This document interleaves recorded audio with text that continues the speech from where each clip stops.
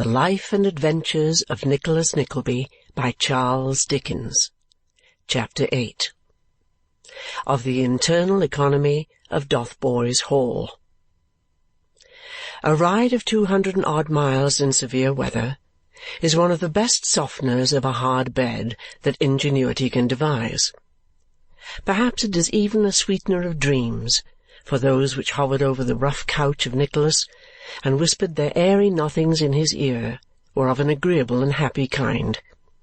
He was making his fortune very fast indeed, when the faint glimmer of an expiring candle shone before his eyes, and a voice he had no difficulty in recognizing as part and parcel of Mr. Squeers admonished him that it was time to rise. "Past 7, Nickleby," said Mr. Squeers. "Has morning come already?" asked Nicholas, sitting up in bed. "Ah, that has it," replied Squeers. "And ready ice, too. Now, Nickleby, come, tumble up, will you?" Nicholas needed no further admonition, but tumbled up at once, and proceeded to dress himself by the light of the taper which Mr. Squeers carried in his hand. "Here's a pretty go," said that gentleman. "The pump's froze." "Indeed?" said Nicholas, not much interested in the intelligence. "Yes," replied Squeers. "You can't wash yourself this morning." "Not wash myself?" exclaimed Nicholas. "No, not a bit of it," rejoined Squeers tartly. "So you must be content with giving yourself a dry polish till we break the ice in the well and can get a bucketful out for the boys. Don't stand staring at me, but do look sharp, will you?" Offering no further observation, Nicholas huddled on his clothes. Squeers, meanwhile, opened the shutters and blew the candle out, when the voice of his amiable consort was heard in the passage demanding admittance. "Come in, my love," said Squeers.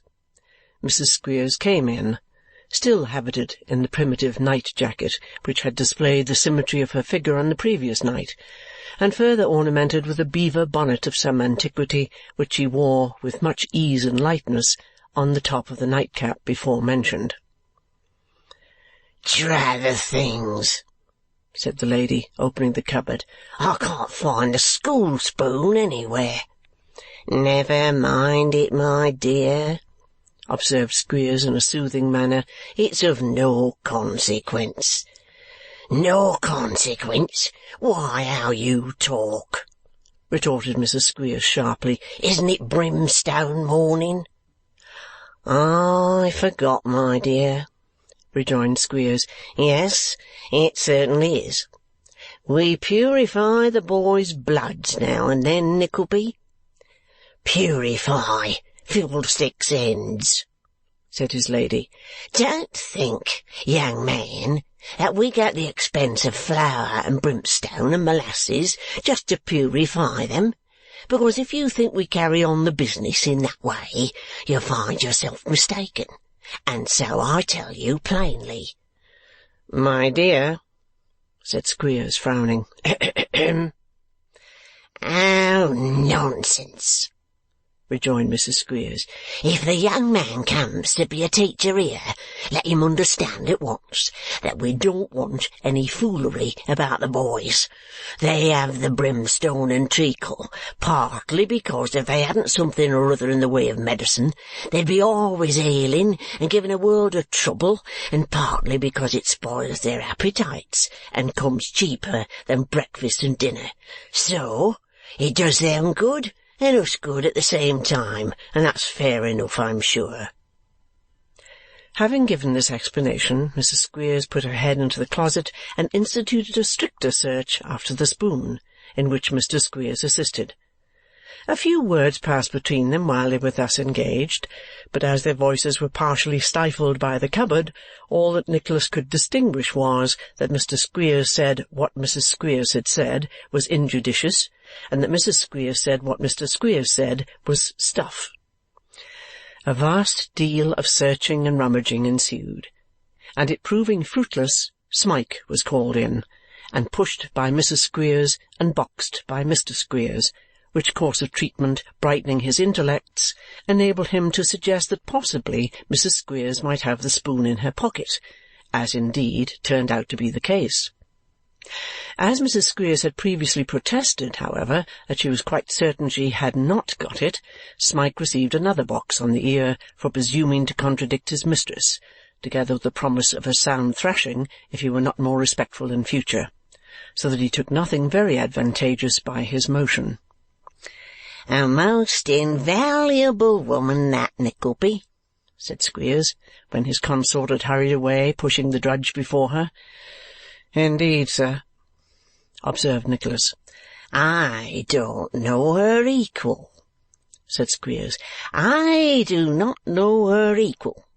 That woman, Nickleby, is always the same bustling, lively, active, saving creature that you see her now."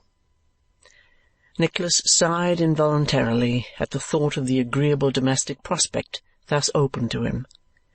But Squeers was, fortunately, too much occupied with his own reflections to perceive it. "It's my way to say, when I am up in London," continued Squeers, "that to them boys she is a mother. But she is more than a mother to them, 10 times more. She does things for them boys, Nickleby, that I don't believe half the mothers going would do for their own sons."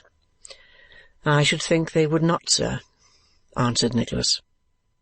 Now, the fact was that both Mr. and Mrs. Squeers viewed the boys in the light of their proper and natural enemies, or, in other words, they held and considered that their business and profession was to get as much from every boy as could by possibility be screwed out of him. On this point they were both agreed, and behaved in unison accordingly. The only difference between them was that Mrs. Squeers waged war against the enemy openly and fearlessly, and that Squeers covered his rascality, even at home, with a spice of his habitual deceit, as if he really had a notion of some day or other being able to take himself in and persuade his own mind that he was a very good fellow. "But come," said Squeers, interrupting the progress of some thoughts to this effect in the mind of his usher, "let's go to the schoolroom and lend me a hand with my school coat, will you?" Nicholas assisted his master to put on an old fustian shooting jacket, which he took down from a peg in the passage, and Squeers, arming himself with his cane, led the way across a yard to a door in the rear of the house. "There," said the schoolmaster as they stepped in together. "This is our shop, Nickleby." It was such a crowded scene, and there were so many objects to attract attention, that at first Nicholas stared about him, really without seeing anything at all. By degrees, however, the place resolved itself into a bare and dirty room, with a couple of windows, whereof a 10th part might be of glass, the remainder being stopped up with old copy-books and paper. There were a couple of long old rickety desks, cut and notched and inked and damaged in every possible way, 2 or 3 forms, a detached desk for Squeers, and another for his assistant. The ceiling was supported, like that of a barn, by cross-beams and rafters, and the walls were so stained and discoloured that it was impossible to tell whether they had ever been touched with paint or whitewash. But the pupils, the young nobleman, how the last faint traces of hope, the remotest glimmering of any good to be derived from his efforts in this den, faded from the mind of Nicholas as he looked in dismay around. Pale and haggard faces, lank and bony figures, children with the countenances of old men, deformities with irons upon their limbs, boys of stunted growth, and others whose long meagre legs would hardly bear their stooping bodies, all crowded on the view together. There were the bleared eye, the hare-lip, the crooked foot, and every ugliness or distortion that told of unnatural aversion conceived by parents for their offspring, or of young lives which, from the earliest dawn of infancy, had been one horrible endurance of cruelty and neglect. There were little faces, which should have been handsome, darkened with the scowl of sullen, dogged suffering. There was childhood with the light of its eye quenched, its beauty gone, and its helplessness alone remaining. There were vicious-faced boys, brooding with leaden eyes, like malefactors in a jail, and there were young creatures on whom the sins of their frail parents had descended, weeping even for the mercenary nurses they had known, and lonesome even in their loneliness. With every kindly sympathy and affection blasted in its birth, with every young and healthy feeling flogged and starved down, with every revengeful passion that can fester in swollen hearts, eating its evil way to their core in silence, what an incipient hell was breeding here! And yet this scene, painful as it was, had its grotesque features, which, in a less interested observer than Nicholas, might have provoked a smile. Mrs. Squeers stood at one of the desks, presiding over an immense basin of brimstone and treacle, of which delicious compound she administered a large instalment to each boy in succession, using for the purpose a common wooden spoon, which might have been originally manufactured for some gigantic top, and which widened every young gentleman's mouth considerably, they being all obliged, under heavy corporal penalties, to take in the whole of the bowl at a gasp. In another corner, huddled together for companionship, were the little boys who had arrived on the preceding night, 3 of them in very large leather breeches, and 2 in old trousers, a something tighter fit than drawers are usually worn. At no great distance from these was seated the juvenile son and heir of Mr. Squeers, a striking likeness of his father, kicking with great vigour under the hands of Smike, who was fitting upon him a pair of new boots that bore a most suspicious resemblance to those which the least of the little boys had worn on the journey down, as the little boy himself seemed to think, for he was regarding the appropriation with a look of most rueful amazement. Besides these, there was a long row of boys waiting, with countenances of no pleasant anticipation, to be treacled, and another file who had just escaped for the infliction, making a variety of wry mouths indicative of anything but satisfaction. The whole were attired in such motley, ill-assorted, extraordinary garments as would have been irresistibly ridiculous but for the foul appearance of dirt, disorder, and disease with which they were associated. "Now," said Squeers, giving the desk a great rap with his cane, which made half of the little boys nearly jump out of their boots, "is that physicking over?" "Just over," said Mrs. Squeers, choking the last boy in her hurry and tapping the crown of his head with the wooden spoon to restore him. "Here you, Smike. Take away now. Look sharp." Smike shuffled out with the basin, and Mrs. Squeers, having called up a little boy with a curly head and wiped her hands upon it, hurried out after him into a species of wash-house, where there was a small fire and a large kettle, together with a number of little wooden bowls which were arranged upon a board. Into these bowls Mrs. Squeers, assisted by the hungry servant, poured a brown composition which looked like diluted pincushions without the covers, and was called porridge. A minute wedge of brown bread was inserted in each bowl, and when they had eaten their porridge by means of the bread, the boys ate the bread itself, and had finished their breakfast, whereupon Mr. Squeers said in a solemn voice, "For what we have received, may the Lord make us truly thankful," and went away to his own. Nicholas descended his stomach with a bowl of porridge, for much the same reason which induces some savages to swallow earth, lest they should be inconveniently hungry when there is nothing to eat. Having further disposed of a slice of bread and butter, allotted to him in virtue of his office, he sat himself down to wait for school-time. He could not but observe how silent and sad the boys all seemed to be. There was none of the noise and clamour of a schoolroom, none of its boisterous play or hearty mirth. The children sat crouching and shivering together, and seemed to lack the spirit to move about. The only pupil who evinced the slightest tendency towards locomotion or playfulness was Master Squeers, and as his chief amusement was to tread upon the other boy's toes in his new boots, his flow of spirits was rather disagreeable than otherwise. After some half-hour's delay, Mr. Squeers reappeared, and the boys took their places and their books, of which latter commodity the average might be about 1 to 8 learners.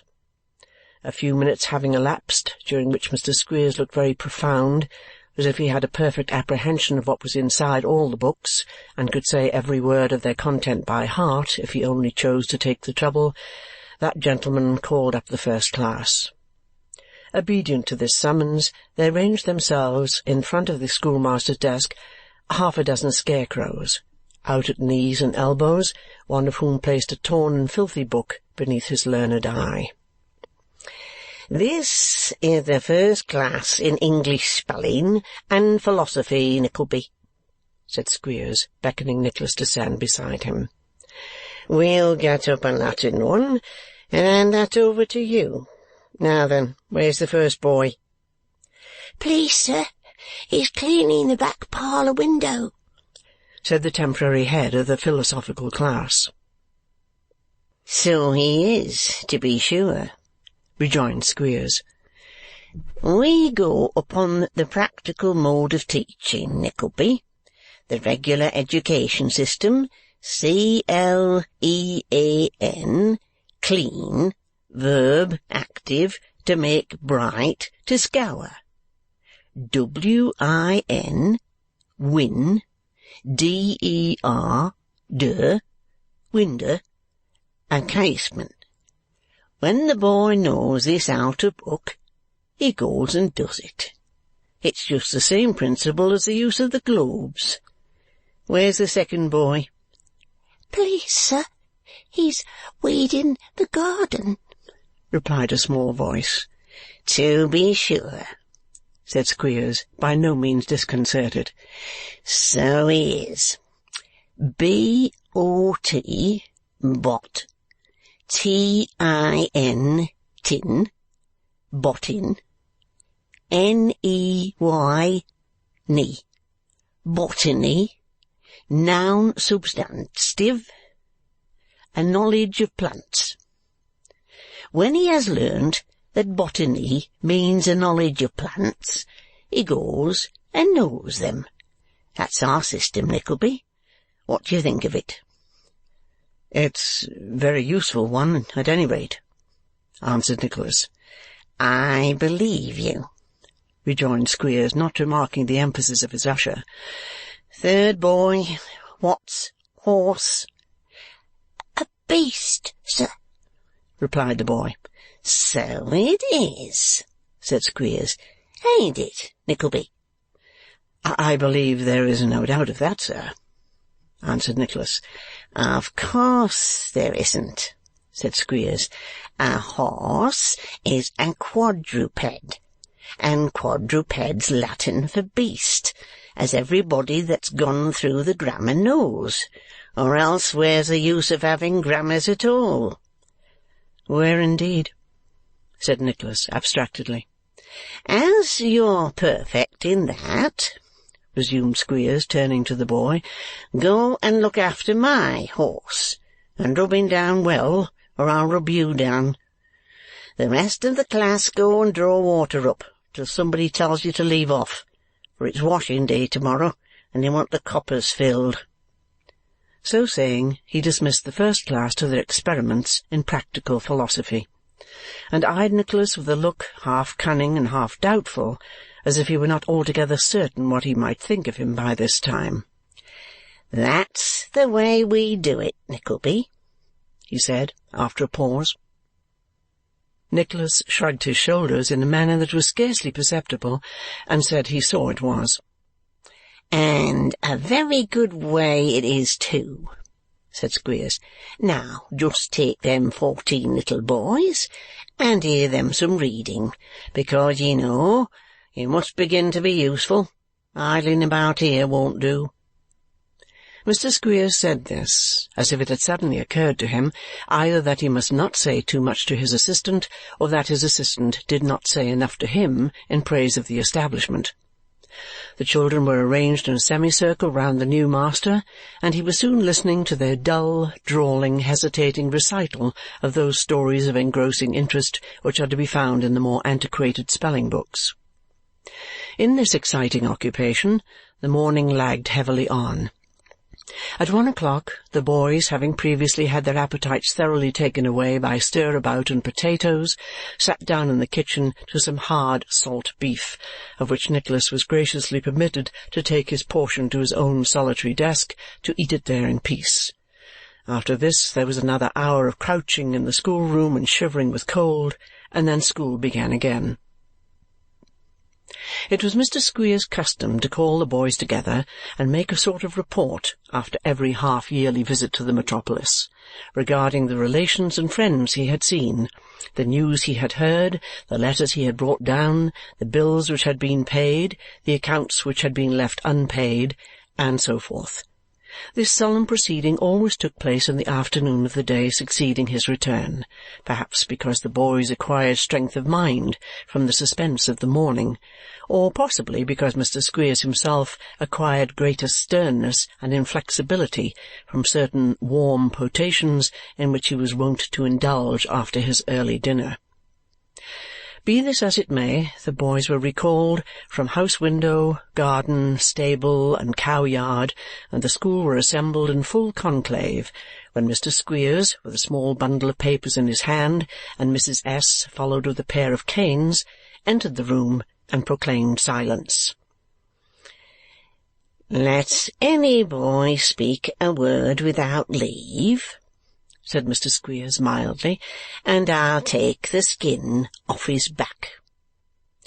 This special proclamation had the desired effect, and a death-like silence immediately prevailed, in the midst of which Mr. Squeers went on to say, "Boys, I've been to London and have returned to my family and you as strong and well as ever."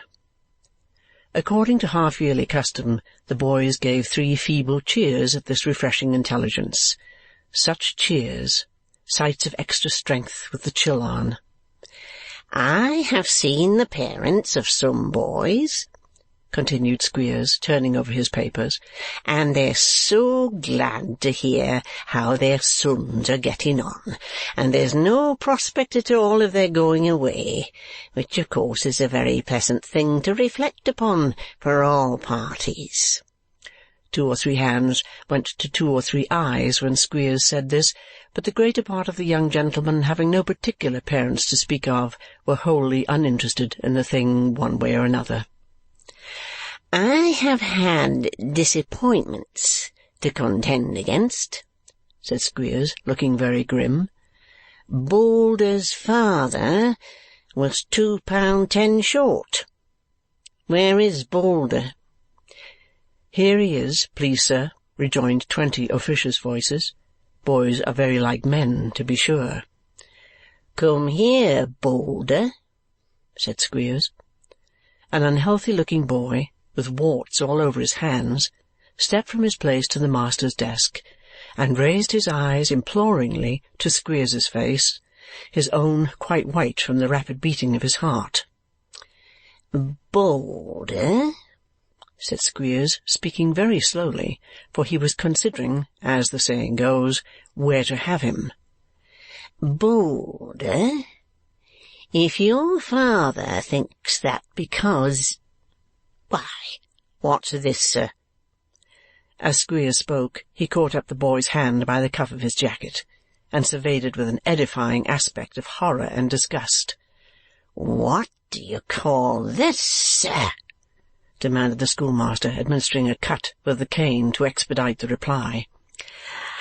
"I can't help it, indeed, sir," rejoined the boy, crying. "They will come. It's the dirty work, I think, sir. At least I don't know what it is, sir, but it's not my fault." "Boulder," said Squeers, tucking up his wristbands and moistening the palm of his right hand to get a good grip of the cane. "You're an incorrigible young scoundrel. And as the last thrashing did you no good, we must see what another will do towards beating it out of you." With this, and wholly disregarding a piteous cry for mercy, Mr. Squeers fell upon the boy and caned him soundly, not leaving off, indeed, until his arm was tired out. "There," said Squeers, when he had quite done. "Rub away as hard as you like. You won't rub that off in a hurry. Oh, you won't hold that noise, won't you? Put him out, Smike." The judge knew better from long experience than to hesitate about obeying, so he bundled the victim out by a side door, and Mr. Squeers perched himself again on his own stool, supported by Mrs. Squeers, who occupied another at his side. "Now let us see," said Squeers. "A letter for Cobby. Stand up, Cobby." Another boy stood up and eyed the letter very hard, while Squeers made a mental abstract of the same. "Oh," said Squeers. "Cobby's grandmother is dead, and his Uncle John has took to drinking, which is all the news his sister sends, except 18p, which will just pay for that broken square of glass. Mrs. Squeers, my dear, will you take the money?" The worthy lady pocketed the 18p with a most businesslike air, and Squeers passed on to the next boy as coolly as possible. "Greymarsh," said Squeers. "He's the next. Stand up, Greymarsh." Another boy stood up, and the schoolmaster looked over the letter as before. "Greymarsh's maternal aunt," said Squeers, when he had possessed himself of the contents, "is very glad to hear he's so well and happy, and sends her respectful compliments to Mrs. Squeers, and thinks she must be an angel. She likewise thinks Mr. Squeers is too good for this world, but hopes he may long be spared to carry on the business. Would have sent the 2 pair of stockings as desired, but is short of money, so forwards a tract instead, and hopes Greymarsh will put his trust in Providence. Hopes, above all, that he will study in everything to please Mr. and Mrs. Squeers, and look upon them as his only friends, and that he will love Master Squeers, and not object to sleeping 5 in a bed, which no Christian should. Ah," said Squeers, folding it up, "a delightful letter. Very affecting indeed." It was affecting in one sense, for Greymarsh's maternal aunt was strongly supposed by her more intimate friends to be no other than his maternal parent. Squeers, however, without alluding to this part of the story, which would have sounded immoral before boys, proceeded with the business by calling out Mobs, whereupon another boy rose, and Greymarsh resumed his seat. "Mob's stepmother," said Squeers, "took to her bed on hearing that he wouldn't eat fat, and has been very ill ever since. She wishes to know by an early post where he expects to go to if he quarrels with his victuals, and with what feelings he could turn up his nose at the cow's liver broth, after his good master had asked a blessing on it. This was told her in the London newspapers, not by Mr. Squeers, for he is too kind and too good to set anybody against anybody, and it has vexed her so much, Mobs can't think. She is sorry to find he is discontented, which is sinful and horrid, and hopes Mr. Squeers will flog him into a happier state of mind, with which view she has also stopped his halfpenny-a-week pocket-money, and given a double-bladed knife with a corkscrew in it to the missionaries, which she had bought on purpose for him. "A sulky state of feeling," said Squeers, after a terrible pause, during which he had moistened the palm of his right hand again. "Won't do. Cheerfulness and contentment must be kept up. Mobs, come to me." Mobbs moved slowly towards the desk, rubbing his eyes in anticipation of good cause for doing so, and he soon afterwards retired by the side door with as good cause as a boy need have. Mr. Squeers then proceeded to open a miscellaneous collection of letters, some enclosing money which Mrs. Squeers took care of, and others referring to small articles of apparel as caps and so forth, all of which the same lady stated to be too large or too small and calculated for nobody but young Squeers, who would appear indeed to have had most accommodating limbs, since everything that came into the school fitted him to a nicety. His head in particular must have been singularly elastic, for hats and caps of all dimensions were alike to him. This business dispatched, a few slovenly lessons were performed, and Squeers retired to his fireside, leaving Nicholas to take care of the boys in the schoolroom, which was very cold, and where a meal of bread and cheese was served out shortly after dark. There was a small stove at the corner of the room, which was nearest to the master's desk, and by it Nicholas sat down, so depressed and self-degraded by the consciousness of his position, that if death could have come upon him at that time, he would have been almost happy to meet it. The cruelty of which he had been an unwilling witness, the coarse and ruffianly behaviour of Squeers even in his best moods, the filthy place, the sights and sounds about him, all contributed to this state of feeling. But when he recollected that, being there as an assistant, he actually seemed, no matter what unhappy train of circumstances had brought him to that pass, to be the aider and abettor of a system which filled him with honest disgust and indignation, he loathed himself and felt for the moment as though the mere consciousness of his present situation must, through all time to come, prevent his raising his head again. But, for the present, his resolve was taken, and the resolution he had formed on the preceding night remained undisturbed. He had written to his mother and sister, announcing the safe conclusion of his journey, and saying as little about Dotheboys Hall, and saying that little as cheerfully as he possibly could. He hoped that by remaining where he was he might do some good, even there, at all events. Others depended too much on his uncle's favour to admit of his awakening his wrath just then. One reflection disturbed him far more than any selfish considerations arising out of his own position. This was the probable destination of his sister Kate. His uncle had deceived him, and might he not consign her to some miserable place where her youth and beauty would prove a far greater curse than ugliness and decrepitude? To a caged man, bound hand and foot, this was a terrible idea. But no, he thought, his mother was by. There was the portrait-painter, too, simple enough, but still living in the world, and of it. He was willing to believe that Ralph Nickleby had conceived a personal dislike to himself. Having pretty good reason, by this time, to reciprocate it, he had no great difficulty in arriving at this conclusion, and tried to persuade himself that the feeling extended no farther than between them. As he was absorbed in these meditations, he all at once encountered the upturned face of Smike, who was on his knees before the stove, picking a few stray cinders from the hearth and planting them on the fire. He had paused to steal a look at Nicholas, and when he saw that he was observed, shrunk back as if expecting a blow. "You need not fear me," said Nicholas kindly. "Are you cold?" "No." "You are shivering." "I am not cold," replied Smike quickly. "I am used to it." There was such an obvious fear of giving offence in his manner, and he was such a timid, broken-spirited creature, that Nicholas could not help exclaiming, "Poor fellow!" If he had struck the drudge, he would have slunk away without a word, but now he burst into tears. "Oh, dear! Oh, dear!"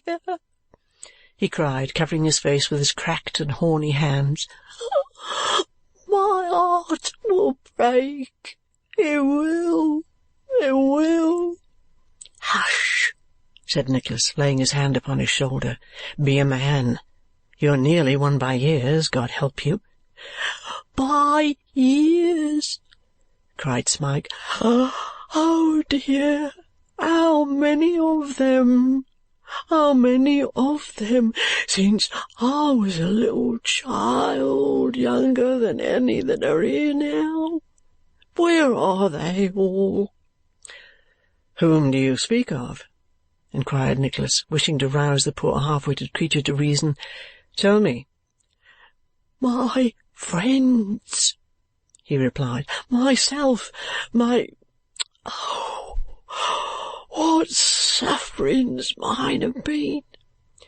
"There is always hope," said Nicholas. He knew not what to say. "No," rejoined the other. "No, none for me. Do you remember the boy that died here?"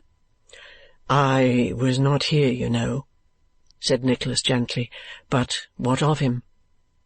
"Why," replied the youth, drawing closer to his questioner's side, "I was with him at night, and when it was all silent he cried no more for friends he wished to come and sit with him, but began to see faces round his bed that came from home.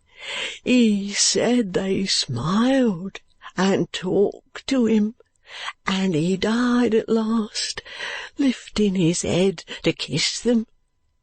Do you hear?" "Yes, yes," rejoined Nicholas. "What faces will smile on me when I die?" cried his companion, shivering. "Who will talk to me in those long nights? They cannot come from home. They would frighten me if they did, for I don't know what it is, and shouldn't know them. Pain and fear for me, alive or dead. No hope, no hope." The bell rang to bed, and the boy, subsiding at the sound into his usual listless state, crept away as if anxious to avoid notice. It was with a heavy heart that Nicholas soon afterwards, no, not retired, there was no retirement there, followed to his dirty and crowded dormitory. Chapter 8